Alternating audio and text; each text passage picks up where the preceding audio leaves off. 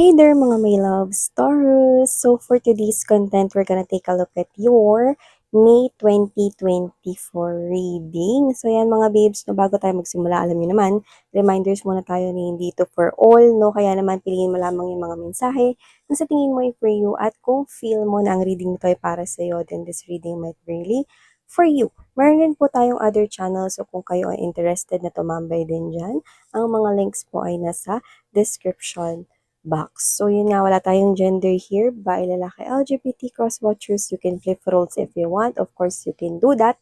And at the end of the day, always have your free will. Hi and hello new subscribers. Ako po si Yan. Welcome. At sa mga returning subscribers, thank you so much. So, we'll go ahead and check out this May 2024 reading. This is for my Taurus people. Archangel Michael, thank you so much for being present here in this reading together with our angels and spirit guides. So, can you please show me what messages Taurus needs to know for May 2024? May 2024 for Taurus. May 2024 for Taurus. Taurus. Nakita ko ng camping. Baka nag-camping kayo. Yung tinutulugan sa camping, yung parang triangle, no? Tent. Yan.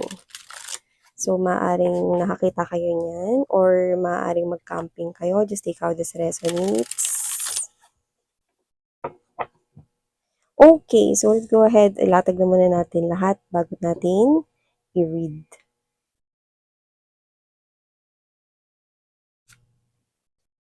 Nine of Swords energy. Nine of Cups. Page of Pentacles. Ooh.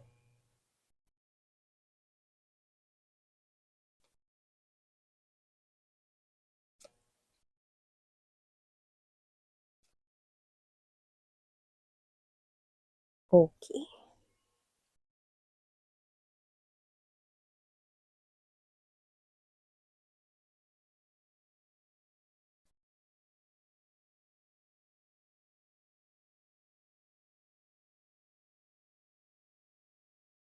Okay.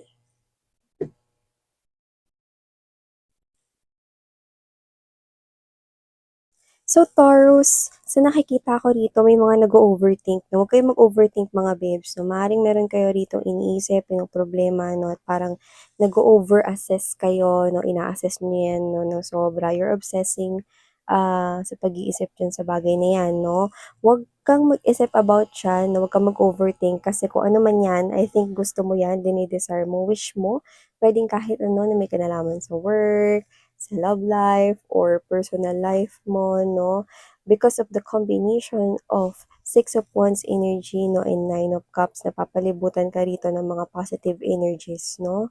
So, nakikita ko rito, no, na positive outcome ang mangyayari dyan, no? So, huwag ka nang masyadong mag-worry, no? Stop overthinking so that it will happen anytime soon. Yan, no? At pagka tinigil mo yung pag-overthink mo na yan, no, may papasok na itong swerte na to, no, or yung tinatawag dito na luck mo, L-U-C-K, swerte, no? So, may success tayong nakikita dyan, no? Yung iba, tumagal na yan kasi with the Six of Wands energy, this is a long battle already, no? Nag-overthink kasi ang pag-overthink mga babes, no, ay negative emotions, okay, at feelings, no? Nagdudulot yan ng ganun. So, dapat wag kang mag-overthink, no?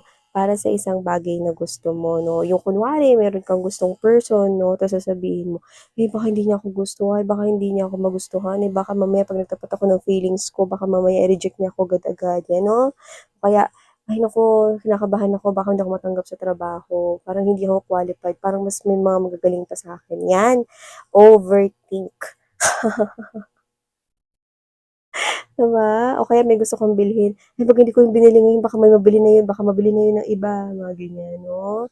Huwag mong isipin 'yan kasi dito nakikita ko 'no na kino-corner ka na rito 'no ng mga positibong outcome. Ibig sabihin, guaranteed na mangyayari 'yan. Kaya itigil mo ng pag-overthink mo 'no.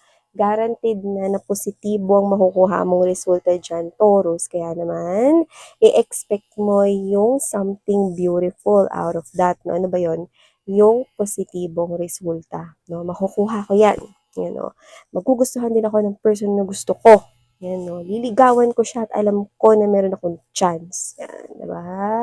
Or etong trabaho na 'to 'no, kahit marami pang magagaling diyan, deserving ako dito, qualified ako dito, pasok ako sa qualifications, 'yan 'no, at alam ko na kaya ko na malampasan ang mga 'to. Ano man 'yan 'no, think positive kasi 'yun ang mas makatutulong sa'yo dahil kaliwa't kanan na guaranteed na rito so huwag ka ng masyadong mag-worry.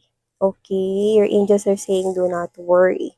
So aside from that 'no, on the month of May, I'm seeing no that if you are already in a relationship, I'm seeing that that person will definitely propose something new. Okay? This is something here na may pagbabago na sa inyong connection. Level up with this Page of Pentacles energy. And there's this beautiful Four of Wands energy. Someone's proposing to you. Yung iba, hindi kayo nagkakalayo ng edad nito. Baka same age kayo, no? Or someone here is a little bit younger or a little bit older than the other. But I do see that because age, no, is hindi talaga wala tayong age at tarot, no? Hindi yun importante. Pero dahil na-pick up ko yun, sinabi ko yun mga babes, no? So, you will definitely receive some kind of a marriage proposal from your person here, no? And I do pick up na yung marriage proposal na yan, no, kakasabwatin ang iyong mga close friends or ang family mo. Yan, no, para magawa yung pa-surprise na marriage proposal, no? So, I'm seeing you getting engaged with the love of your life. Yan, no? I'm seeing you preparing. What will be the motive of the wedding? Where will you gonna uh, make kasal, diba? Like, sa simbahan or kung ano, saan kayong venue, reception. Yan, nakikita ko na pag-uusapan nyo na yan, no? May going to the next consecutive months, no? At hindi yan maliit na pagbabago. Malaki yan with the Wheel of Fortune right here and Ace of Wands, no? Panibagong chapter na. So, nakikita ko na yung motherhood sa'yo, yung fatherhood sa'yo, no? Level up, no? Talagang settling down right here, no? So, hindi na kayo magiging mag-boyfriend, girlfriend no more. Magiging ex mo na siya kasi, bakit? Magiging asawa mo na, 'di ba? Ikakasal na kayo. Husband, wife na kayo. Taray! So, meron dito magandang simula. Yung iba hindi ko alam kung bakit ko nakukuha rito na parang naging kaklase mo siya. So, maaaring naging kaklase mo siya rito mga babes, no? Or naging kasamahan mo na dati sa trabaho, no? So, just take only what resonates, no? Aside from that, beautiful, no? May single ba dyan? Yes, mga babes, so nakita ko rito, no, ng energy na meron ditong darating, no, na someone na meron na siyang na-achieve sa life or baka na-promote siya recently. Basta may magandang balita na nangyari sa kanya rito, Taurus, no. At yung iba, posibleng maraming followers, maraming friends sa kanilang social media account, no. Doesn't have to be famous, mga my loves, pero possible na pwedeng sikat siya sa kanyang field, no? Tsaka merong mas magandang nangyari, okay? Sa kanya ritong life, no, recently. Yun yung nakita ko rito, no? So, maaring ito ay may kinalaman sa pera or may kinalaman sa business niya or trabaho, ganyan. Okay? So, nakikita ko siya rito, no, napaparating siya rito sa life mo at malaki yung kinalaman niya, no, sa pag-fulfill ng wish mo. Bakit? Kasi lumalabas siya bilang ideal partner, singles. Yan, no. Lumalabas siya bilang ideal partner mo dito dahil tinataglay niya rito yung hindi lang basta attractive yung itsura niya, no, kundi meron rin talaga siya ritong success pagdating sa kanyang financial stability. Yan, no? So, nakikita ko rito na kung sino man siya, no, maaaring siya ay younger than you by age or maaaring younger looking. Yan, no? Pero pwede namang mas matanda siya sa'yo. 'Di ba? So, parang yung mukha niya is baby face, yan mga ganyan, no? Or parang looking really younger, no? Compared sa kanyang age, no? So, yan. Aside from that, no, nakita ko rito, no, na meron kayo rito na marireceive na advice coming from your mom or your dad right here, a guardian, your legal guardian, or could be your grandparents like lolo, lola, no? Lalo na dun sa mga ikakasal, no? So, I'm seeing both of you getting emotional, no? Kasi syempre, hindi ka natitira kasama sila, no? Mag-aasawa ka na, no? So, parang ngayon mo lang na parang narinig yun, parang ganun yung feeling eh. Ngayon mo lang na parang narinig yun, na parang 'di ba minsan kapagka yung kunwari yung nanay mo, lagi siyang busy 'no, nagluluto siya ganyan 'no, hindi ka nakakarinig araw-araw ng emosyonal 'no, na mensahe 'no, like yung mga naririnig mo, "Ay bakit hindi ka pa naghuhugas ng pinggan? Nagwalis ka na ba?" 'Di ba mga gano'n 'no. Pero ito na ikakasal ka na 'no, yung nanay mo 'no, nakaka-touch yung mga sasabihin niya sa'yo 'no, na parang ano, na parang ngayon ko lang 'to narinig kay mama, pero alam kong mahal ako ni mama, pero ngayon ko lang narinig 'to. Yung parang, "Ngayon na mag-aasawa ka na anak," ganyan. "Ang dasal ko is alagaan ka ng taong 'yan." 'No, gano'n, gano'ng klase ng emosyonal na mensahe 'no. At kung hindi mo naman mama ito, no iba, siyempre wala tayong gender dito, maaaring papa mo 'to or lolo mo 'to 'no, na kung pababayaan yung sarili mo, siguraduhin mo pa rin na kapagka may problema ka, magsasabi ka pa rin sa'min, 'yan, o pamilya mo pa rin kami, gano'n. Nagiging emotional kayo rito 'no, so you're having this type of serious emotional talk between you and your parents right here, 'yan 'no. So, nakikita ko 'yun dito, but for some reason, kung may estudyante rito, may nakuha ako ritong ano, estudyante na parang kung hindi estudyante, may bagong trabaho na puwedeng inaaral pa niya. So, just take only what resonates 'no, at malalayo siya rito kasi puwedeng madestino kayo sa ibang lugar or sa ibang state, region, or puwedeng ibang bansa 'no. At dito binibilinan ka ng iyong legal guardian or lolo't lola or mom or dad mo 'no, to take care of yourself and always, always message them or give them a call, 'di ba? So, maaaring kung mag-aaral ka 'no, you're gonna board 'no, doon sa place 'no, near the school, or kung ikaw naman ay magtatrabaho sa ibang bansa or ibang lugar 'no, you're gonna be all by yourself 'no. So, they are worried about you, 'yan 'no. And aside from that, Taurus, nakikita ko rin dito na your ex right here, okay, feels so lonely right now. Yan, 'no. This person here is nagkakaroon ng back and forth 'no, hindi niya alam kung paano siya rito lalapit sa'yo 'no, at ang nakakaloka, kung sino man siya, lumalabas na married na siya or ikakasal na 'to.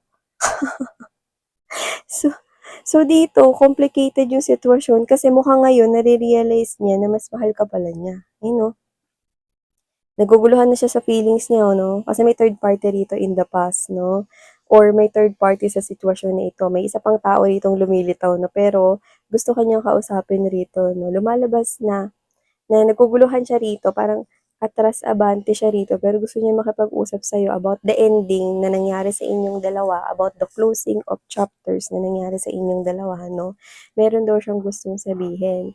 Pero, I think this is something here na alam rin niya na it's too late na. Kasi kasal na siya or ikakasal na siya dun, 'no?